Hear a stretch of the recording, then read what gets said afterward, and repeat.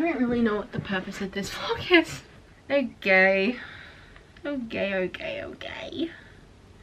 What do I have here? Since I'm now back in this YouTube thing, there's been so many times over the last couple of months where I've wanted to talk to you about something and didn't or couldn't, because I kind of knew it was never gonna see the light of day because of the funk I was in. Kind of wanted to sit and talk about Spotify Wrapped. I know, very aware that it happened like a month ago. I'm aware. I know that. I just want to talk about it because I don't have a lot of people that are in my orbit that listen to the same kind of music or that care enough about Spotify Wrapped. And so let's chat. I just firstly want to say, while I pull up my stats, Spotify Wrapped this year was by far the best Spotify Wrapped they've done. The race with like your best artist, impeccable. Audiobooks now being included, that's also amazing. Podcasts, like I just think that there was so many amazing aspects to this year's Spotify Wrapped.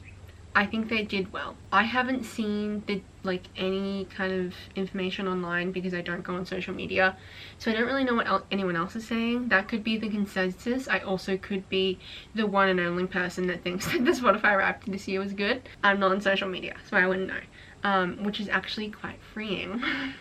Let's talk top artist. Number 5 we have Role Model.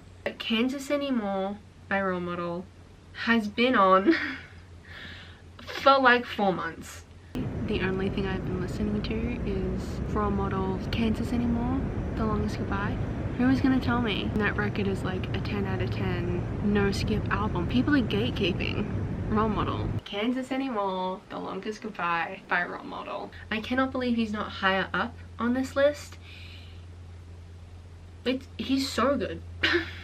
I wasn't surprised. Number 4 we have Sabrina Carpenter, because yeah, Emails I Can't Send is one of my favorite albums of literally all time, so there was no surprise literally whatsoever. I also think I streamed Manchild a bit. I have a few man children in my life. Man-childs? Man-kids? Man-children. So that song gotta work out. Number 3 is Tate McRae. It makes total sense.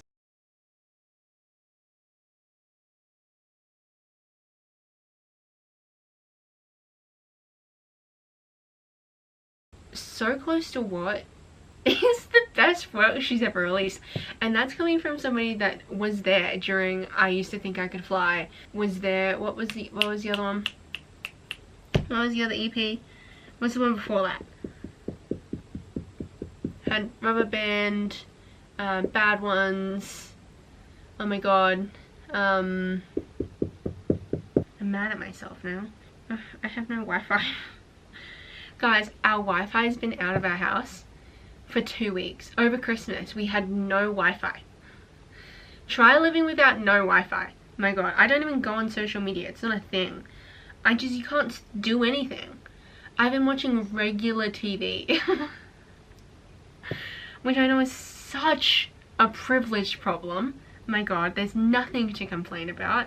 The fact that I even have electricity and a roof over my head and running water, believe me, I know it's like literally I'm fine. Like truly. But I didn't realize how much I depended on Wi-Fi or how much Wi-Fi I used until I lost it. I can't wait for the day that we get that back. What was the one before it? Too Young to Be Sad. My god. I was there for Too Young to Be Sad. I was there for I Used to Think I Could Fly. Like, I've been there since the beginning. Literally since 99. Was it 99 probably? One day. Came out on YouTube. I was one of the like couple million that watched it. So there's literally no surprise to me that I thought she was going to be my most streamed artist. It makes sense who my most streamed artist is. But I thought she was going to give number 1 a run for her money. And she is on here. She's on number 3. Number 2 we have Gracie Abrams. Again, it doesn't surprise me. I mean, Death Wish is one of the best songs literally ever made. And I cannot believe she was gatekeeping that. Number one, I don't think anyone is surprised if you've ever watched this channel, and it's Miss Taylor Swift. Obviously. Did we expect anyone else? Okay, top songs. I've already said it. My top song was Death Wish by Gracie. There's like crack in that song. Like there's something very addictive about the echoiness of that venue and her voice and how angelic it is and her songwriting and just the story that she's saying, and it's just like there's like she's so quiet but yet there's so much power in what she's singing and how she's singing it, and I just could write an essay on how much I love that song and why every single lyric is so important to the storytelling of that song. Anyway, thank you for coming to my TED Talk. Number two was The Bottom by Gracie Abrams. I feel like that was all I streamed before Death Wish came out, so it makes a lot of sense. Number three is Revolving Door by Tate McRae. Such a banger. Did I say that I have white girl music taste? Because I do. It's very basic, I am aware, but it makes me happy, so.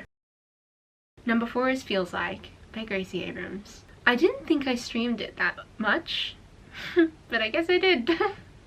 And number five was Eldest Daughter by Taylor Swift, which actually does surprise me because that came out October. For it to even like be in my Spotify Wrapped, I had to stream that a lot. That is the greatest song on The Life of a Showgirl for sure. But I was talking to my mum the other day and I said actually Romantic is underrated. I loved it when it first came out and I was like, yeah, like this is a really great song. Months later and I'm like still thinking about it. My top album was The Life of a Showgirl.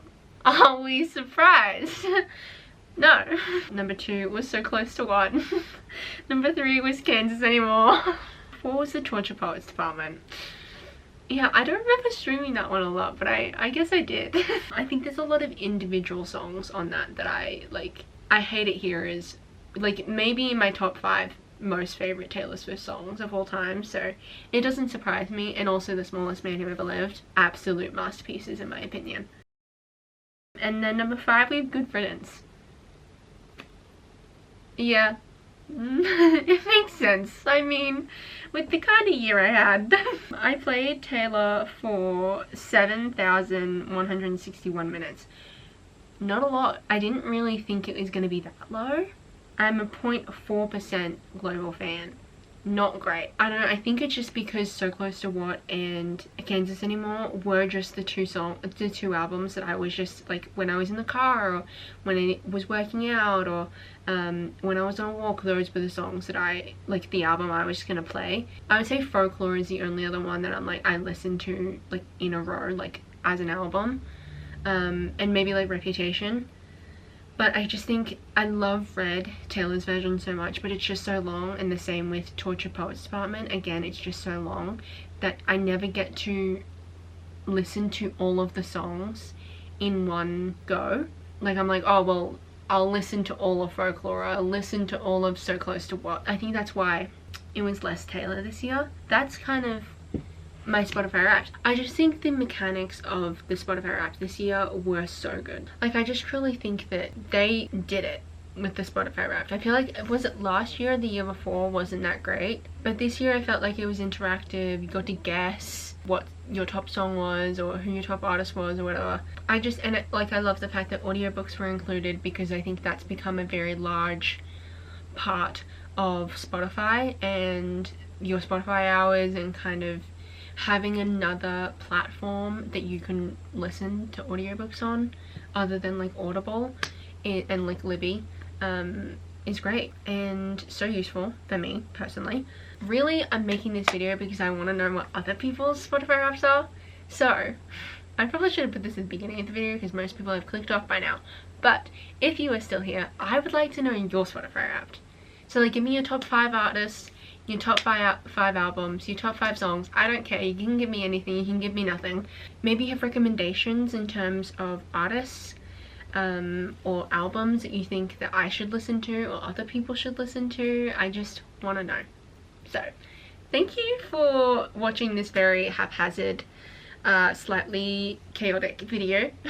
But I appreciate the fact that you have spent a little bit of your day with me, taking time out of your very busy schedules to watch this very haphazard, unplanned video. So I appreciate it, and I hope to see you in the next one.